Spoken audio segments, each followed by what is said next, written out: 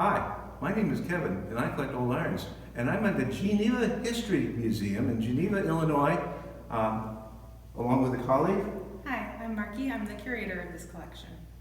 Marky.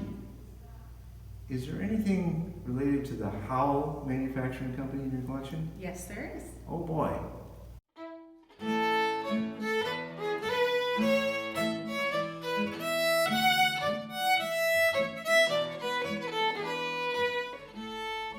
The archives of the Geneva Museum have various materials, including a picture of William H. Howell. Born in Ithaca, New York in 1828, moved in 1854 to the Geneva area, now a western suburb of Chicago. Howell opened a foundry in 1862, died in 1883, but his sons continued management until the family sold its interest in the 1920s. In 1878, the company had between 35 and 40 employees. In 1875, the company used 800 tons of iron, 100 tons of coal, and 100,000 feet of lumber for packing crates, and that year shipped out 400 tons of sad irons. This circa 1910 catalog shows an extensive line of irons including flat, polishing, sleeve, tailor's goose, and Mrs. Potts style detachable handle irons. Most of these irons were designs also made by other companies. Note the star quality trademark. In the last video, we talked about variation among fluter irons. The museum collection includes perhaps 24 various flat irons of different sizes and markings. Here are a small, medium, and large flat iron. Most of these have Geneva or Geneva ILL on the handle and a star on top of the iron body. The polisher with the Howell star is fairly common, and the Taylor iron is quite common generally, but much less common with Geneva markings. Two unusual designs made by the Howell Company are this sleeve iron with Mrs. Potts handle, illustrated in their 1910 catalog. This Mrs. Potts iron with a cranked latch was patented in 1905. This specimen in the Geneva collection has predominant markings on the underside of the handle. Both of the Potts-style irons are fairly rare and sought after by collectors. Values perhaps more than $100 each in good condition. The Geneva Museum also includes this toy marked Geneva on the top of the base. These toys are quite common, usually marked the pearl, but these carry other markings as well, and there are various people who collect these. Something to keep an eye out for. Another aspect for iron collectors are the Howell Geneva stands, also known as trivets. I collect the flat iron shaped stands, of which I have maybe 120 different examples. Many of the flat iron shaped stands for other manufacturers were sold with Mrs. Potts type detachable iron sets, which is interesting. A flat iron shaped stand sold with a double pointed iron. But the Howell stands are so common that I think Howell included these with their flat irons, or may have widely distributed these as advertisements. For the last of the three general types shown here, there are well more than a dozen varieties.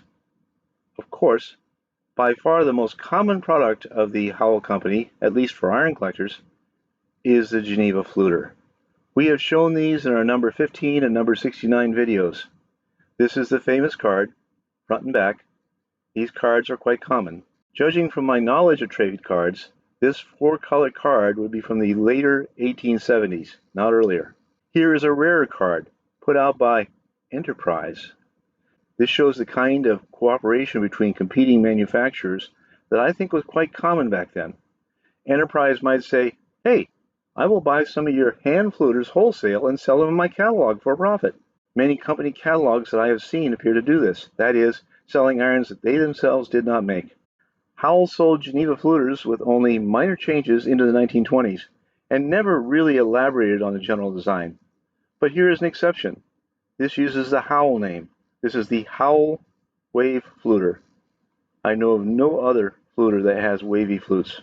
These also include brass plates rather than the usual zinc.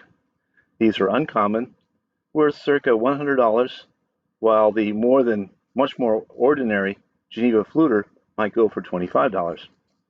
And here is a patent wrinkle that may change our interpretation of the fluting iron history in the United States. The Geneva fluters have an 1866 patent date beneath the base, that patent being from Charles Sterling, the patent showed here.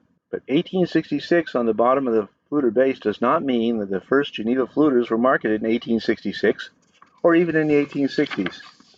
The 1866 patent was reissued by Stirling to a guy named Turner in 1878, who I think passed this on to Howell. If this premise is correct, then the Geneva fluters were first made about 10 years later than we thought, and which also much closer in time to when the Best, Sundry, Shepherd, and other companies were making fluters later in the 1870s and going into the 1880s. This is an interesting change in my previous chronology of fluter iron history in the United States. With this, let me give a little after the irons history of the Howell Company. This photo is a cover of the 1929 catalog. Electric irons have now taken over, and there's not much money to be made in selling old flat irons, and Howell quit making these after 1923. So Howell's gone over to cast iron and later tubular steel furniture. This is where the Howell Company is rather famous among the non-iron collectors.